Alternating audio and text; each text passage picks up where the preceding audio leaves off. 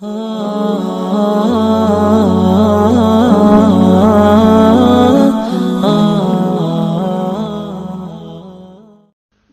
اللہ الرحمن الرحیم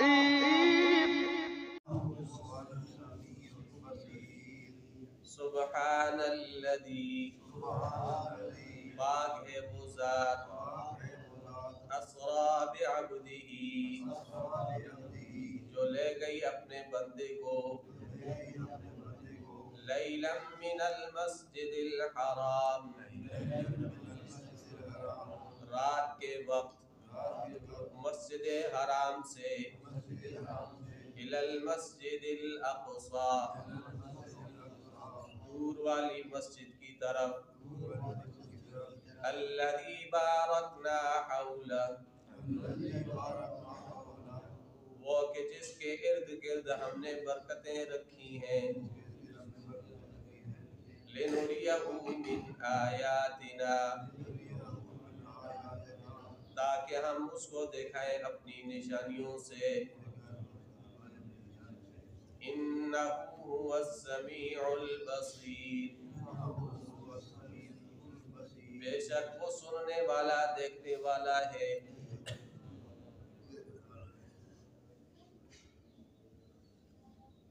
یہ سورہ بنی اسرائیل ہے اس کے اندر بنی اسرائیلیوں کا تذکرہ کیا گیا ہے اس مناسبت سے اس کا نام سورہ بنی اسرائیل رکھا گیا یہ جو سورہ بنی اسرائیل ہے اس کی فضیلتیں بھی بہت زیادہ آئی ہیں حضرت عبداللہ ابن مسعود رضی اللہ تعالیٰ عنہ فرماتے ہیں کہ یہ جو سورہ بنی اسرائیل ہے اور اس کے ساتھ دو سورتیں سورہ کاف اور ایک اور سورت کا وہ نام لیتے تھے وہ کہتے ہیں انہن من العتاق الاول یہ صورتیں جو ہے نا یہ میرا پرانا مال ہے یعنی ان کو میں نے بہت پہلے سے یاد کیے ہو اور اسی طرح حضور اکرم صلی اللہ علیہ وسلم کے بارے میں بھی آتا ہے کہ آپ علیہ السلام روزانہ رات کے وقت سورہ زمر اور سورہ بنی اسرائیل ان کی تلاوت کیا کرتے اور صورتوں کا بھی تذکرہ آتا ہے لیکن خصوصیت کے ساتھ ان کا تذکرہ آتا ہے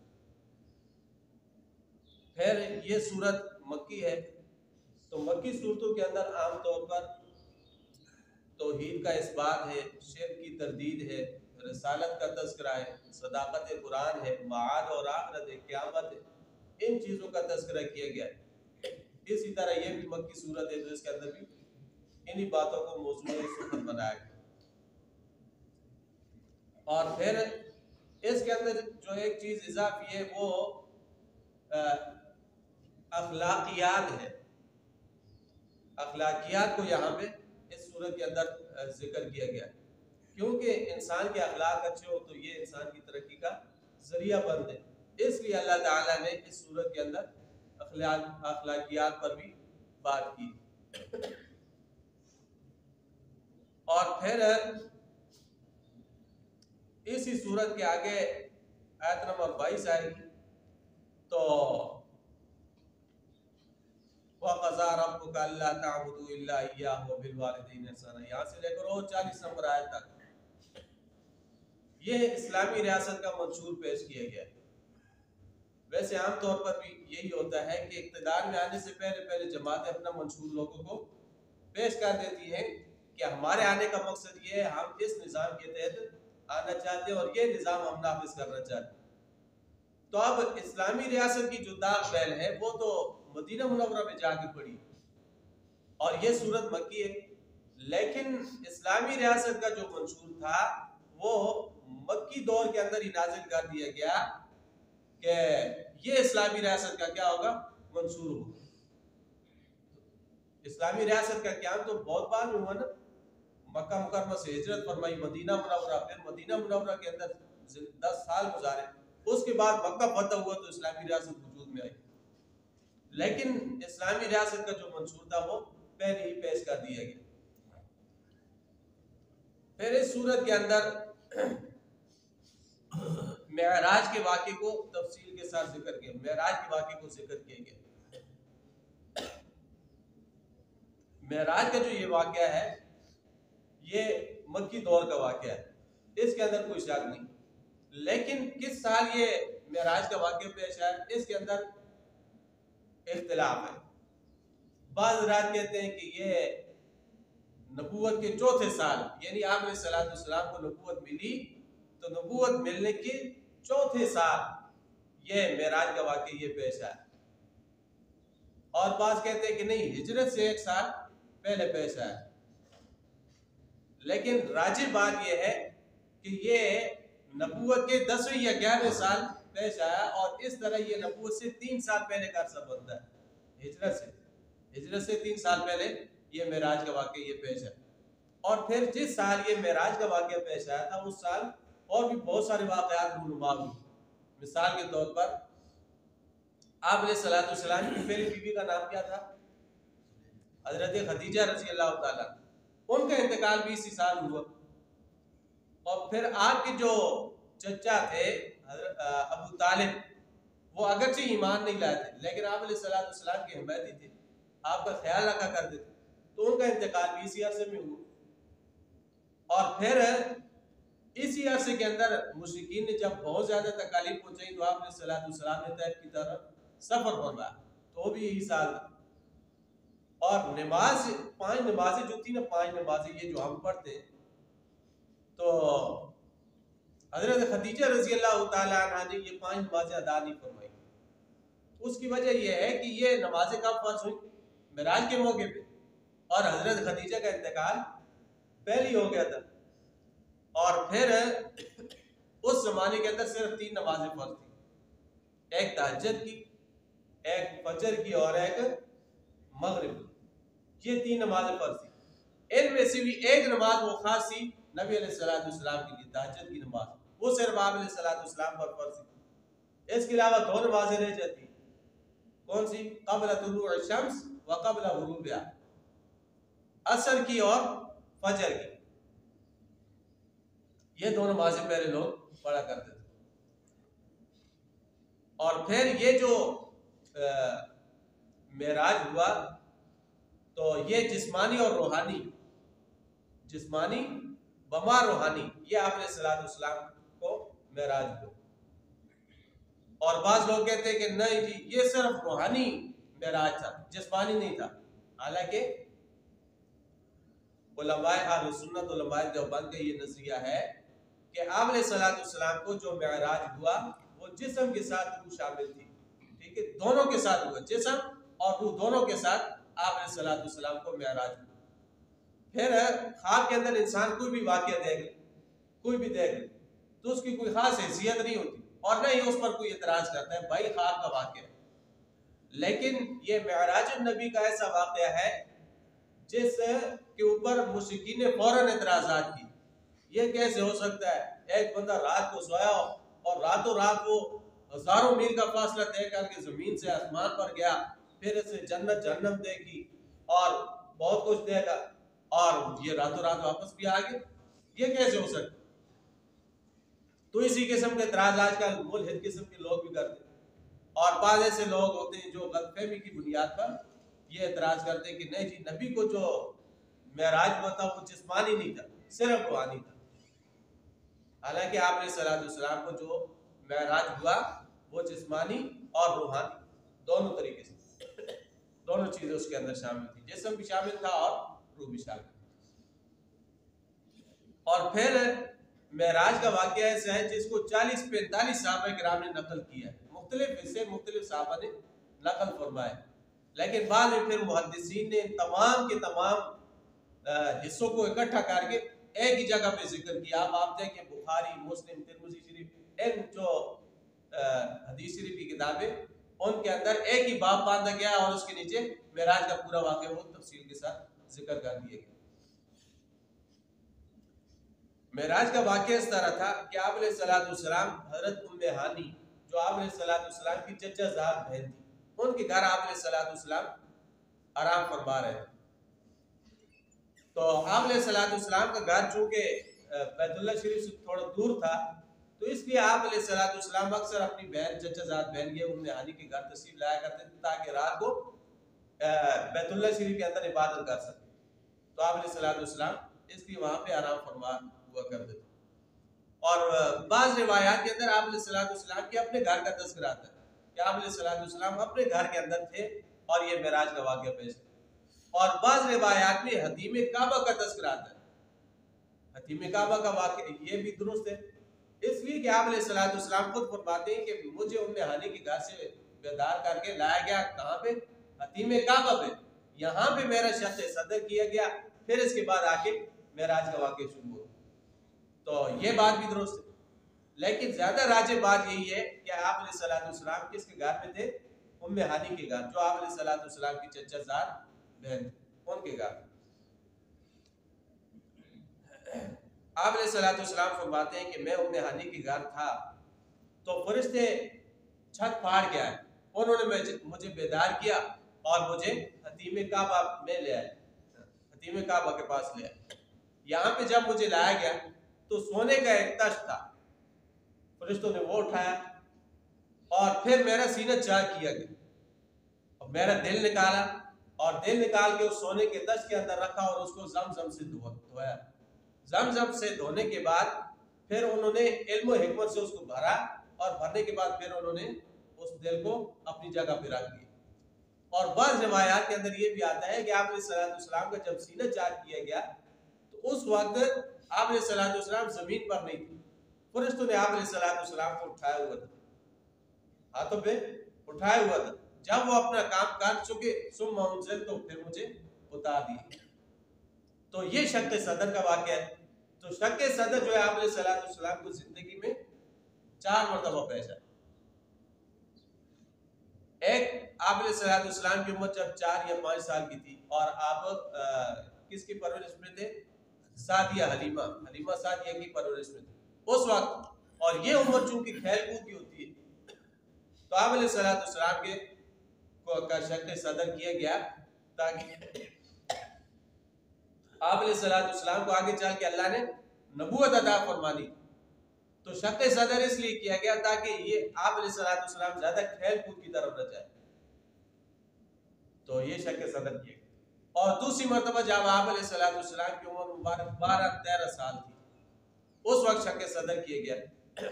اور یہ جو ہے جوانی کے آغاز کا وقت ہوتا ہے انسان کے خیالات وہ منتشر ہوتے ہیں. تو آپ علیہ السلام کا شق صدر کیا گیا تاکہ وہ سارے مواد وہ وہاں سے نکال لیا جائے جن سے غلطی ہونے کا امکان ہو سکتا ہے. غلطی ہونے کا امکان ہو سکتا ہے وہ سارے کے سارے نکال لیا. پھر تیسری دفعہ وحی کے بوجھ کو اٹھانے کے لیے شق صدر کیا گیا. اِنَّا سَنُلْقِي عَلَيْكَ قَوْلًا ثَقِيلًا کہ ہم آپ پر بڑا بوجھ ڈالیں گے. تو حضرت عائشہ صدیقہ رضی اللہ تعالیٰ عنہ فرماتی ہیں کہ نبوت کا اتنا زیادہ بوجھ ہوتا تھا کہ سردی کے زمانے میں بھی جب وحی نازل ہوتی تو آپ علیہ السلام کی پیشانی مبارک پر پسینہ آ جائے گا. تو آپ علیہ السلام کا سینہ چاک کیا گیا تاکہ آپ علیہ السلام نبوت کے بوجھ کو برداشت کر سکیں. یہ تیسری مرتبہ ہو گئی. اور چوتھی مرتبہ یہ معراج کے موقع پر آپ علیہ السلام کا شق صدر کیا گیا تاکہ آگے جو عجیب و غریب مشاہدات آپ علیہ السلام کریں گے ان کو برداشت کر سکیں. تو اس لیے یہ چوتھی مرتبہ شق صدر کی. تو شق صدر کرنے کے بعد آپ علیہ السلام کے پاس ایک سواری نہیں جو خچر سے تھوڑی چھوٹی اور گدے سے بڑی تھی سفید رنگ کی تھی اور انتہائی تیز رفتار. آپ علیہ السلام فرماتے ہیں کہ اس کا ایک قدم ادھر ہوتا تھا اور دوسرا قدم جہاں پہ انسان کی نظر پڑتی وہاں پہ ہوتا تھا. اتنی تیز رفتار تھی. اس پہ مجھے سوار کیا گیا. پھر ہمارا جو سفر تھا وہ مسجد اقصی کی طرف شروع ہوا. اب مسجد اقصی کی طرف ہم آ رہے تھے تو راستے میں ایک جگہ مجھے سواری سے اترنے کا حکم ہوا اور یہ وہ جگہ ہے جہاں پہ آج مسجد نبی ہے. یہاں پہ میں اترا اور میں نے 2 رکعت نماز ادا کی. اس کے بعد پھر آگے چلے تو میرا گزر موسیٰ علیہ السلام کی قبر پر. میں نے موسیٰ علیہ السلام کو دیکھا وہ قبر میں کھڑے ہو کے نماز پڑھ رہے. رأیت موسیٰ قائما یصلی فی قبرہ یہ الفاظ آتے ہیں کہ میں نے آپ علیہ السلام کو قبر میں نماز پڑھا. حضرت موسیٰ علیہ السلام کو قبر میں نماز پڑھتے ہوئے. پھر اس سے آگے ہم چلے مدین کے مقام پہ ہم پہنچے. مدین کا وہ مقام ہے جہاں پہ موسیٰ علیہ السلام فرعون کے ڈر سے مصر سے نکلے تھے اور مدین آئے، تو وہاں پہ میں نے 2 رکعت نماز ادا کی۔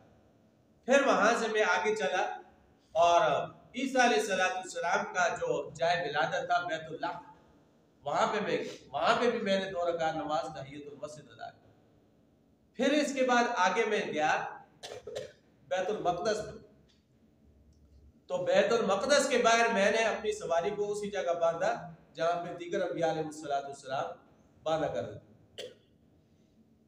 پھر اس کے بعد آپ علیہ السلام کا جو زمینی سفر تھا یہ تو یہاں پہ ختم ہو گیا، آپ نے امامت کرائی اور بہت سارے واقعات یہاں پہ ہوئے۔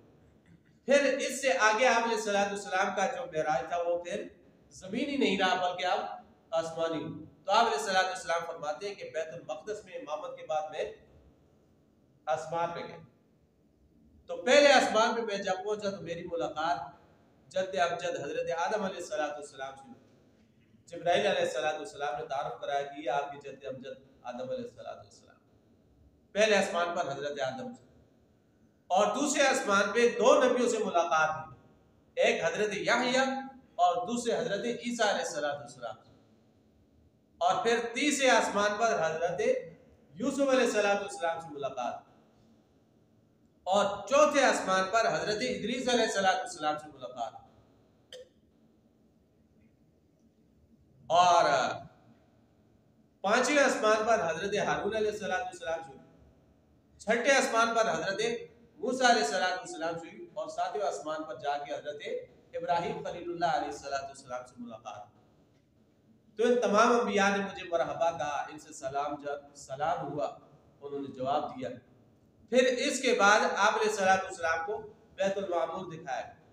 بیت المعمور وہ جگہ ہے جس طرح انسان نہ اس زمین کے اندر رہ کر بیت اللہ شریف کا طواف کرتے ہیں، اسی طرح آسمانوں کے اوپر ایک بیت المعمور ہے جہاں پہ فرشتے طواف کرتے ہیں۔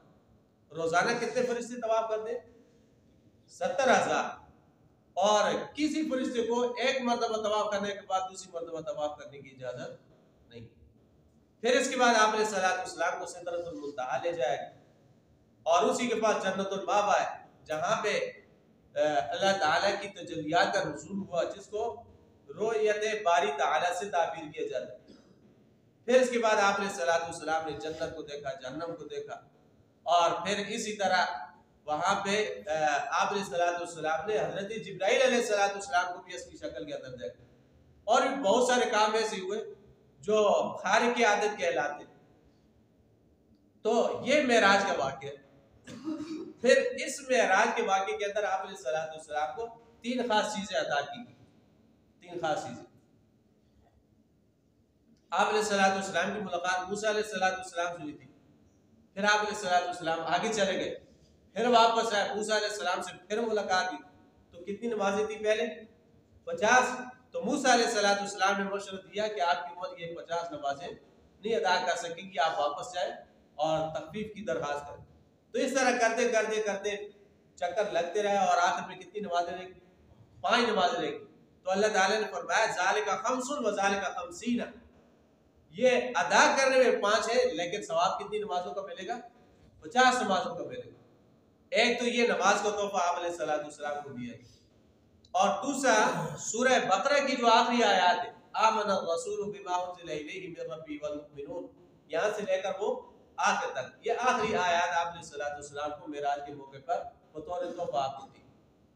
اور تیسری چیز جو آپ علیہ السلام کو معراج کے موقع پر دی گئی وہ یہ تھی کہ اللہ تعالیٰ نے آپ علیہ السلام کو فرمایا کہ اے میرے پیغمبر، آپ کی امت میں سے جو شخص شرک نہیں کرے گا، میری ذات کے ساتھ کسی کو شریک نہیں ٹھہرائے گا، میں اس کی ساری غلطیاں معاف کر دوں گا۔ لیکن شرک ایسا گناہ ہے جس کو اللہ تعالیٰ کبھی بھی معاف نہیں کریں گے۔ تو اس عظیم الشان واقعے کو اللہ تعالیٰ نے یہاں پہ بیان فرمایا، سبحان اللہ، پاک ہے وہ ذات، اسرا بعبدی، جو لے گئی اپنے بندے کو، آپ علیہ السلام خود تو نہیں گئے تھے، اللہ تعالیٰ لے کے گئے تھے، تو فرمایا اسرا بعبدی، اپنے بندے کو لے گئی۔ پھر بعبدی، عبد تھا، نور نہیں تھا، صرف روح نہیں تھی، بلکہ روح اور جسم دونوں ملے تو یہ عبد بنتا ہے۔ یہ بندہ بنتا ہے صرف جسم ہو روح نہ ہو تو یہ بھی بندہ نہیں، اور صرف روح ہو اور جسم نہ ہو یہ بھی بندہ نہیں. تو بندہ مجموعہ ہے کس کا؟ روح اور جسم دونوں کا. تو فرمایا اسرا بعبدی، راتوں رات لے گئی اپنے بندے کو، لیلا، رات کے وقت. تو جو لوگ کہتے ہیں کہ صرف روحانی تھی تو اللہ نے ان کا منہ پہلی بند کر دیا. سبحان الذی، پاک ہے وہ ذات، وہ قادر ہے، وہ کر سکتی ہے کہ کسی بندے کو جسم اور روح سمیت رات کی تنہائیوں میں اور رات کے تھوڑے سے حصے میں وہ بلند سے بلندتر مقام میں لے جائے. سبحان الذی اسری بعبدہ لیلا، پھر پوری رات بھی نہیں بلکہ فرمایا لیلن، رات کے ایک حصے میں، پوری رات بھی نہیں، لیلن، رات کے ایک حصے میں، من المسجد الحرام، مسجد حرام سے، الی المسجد الاقصی، دور والی مسجد کی طرف. مسجد اقصی اس کو اس لیے کہا جاتا ہے، یہ جو خطہ ہے یہ عرب سے تھوڑا دور ہے، اس وجہ سے اس کو مسجد اقصی بھی کہا جاتا ہے. الذی بارکنا حولہ، جس کے ارد گرد کو ہم نے برکتوں سے نوازا. ظاہری برکات بھی ہے کہ وہاں پہ پانی ہے، سبزہ ہے، غلہ ہے، اناج ہے، بہت کچھ ہے وہاں پہ. اور باطنی برکات بھی وہاں پہ ہے کہ انبیاء علیہ السلام کا وہ مسکن رہا ہے، اور بہت سارے انبیاء علیہ السلام نے مسجد اقصی کی طرف رخ کر کے عبادت بھی کی، اور بہت سارے انبیاء علیہ السلام ایسے ہیں جن کا مدفن بھی مسجد اقصی کے پاس ہے. بارکنا حولہ لنریہ من آیاتنا. پھر مسجد حرام سے مسجد اقصی کا تذکرہ یہ جو کیا نا، تو اس کے اندر بھی ایک حکمت ہے کہ قیامت جو قائم ہوگی، میدان حشر جو قائم ہوگا، وہ یہی خطہ ہے مسجد حرام سے مسجد اقصی کا. یہ جو حصہ ہے نا، اس حصے کے اندر میدان حشر قائم ہوگا. تو آپ علیہ السلام کو ساری باتیں بتا دی گئی تاکہ آپ علیہ السلام ان چیزوں سے متعارف ہوں. پھر آپ علیہ السلام کے ذریعے آپ کی امت کو بھی یہ ساری باتیں بتا دی. لنریہ من آیاتنا، تاکہ آپ دکھائیں ان کو اپنی نشانیوں سے. انہ هو السمیع البصیر، بے شک وہ سننے والا اور دیکھنے والا. اللہ جل شانہ ہمیں علم اور اس کے مطابق عمل نصیب. وَلَقَدْ يَسَّرْنَا الْقُرْآنَ لِلذِّكْرِ فَهَلْ مِن مُّدَّكِرٍ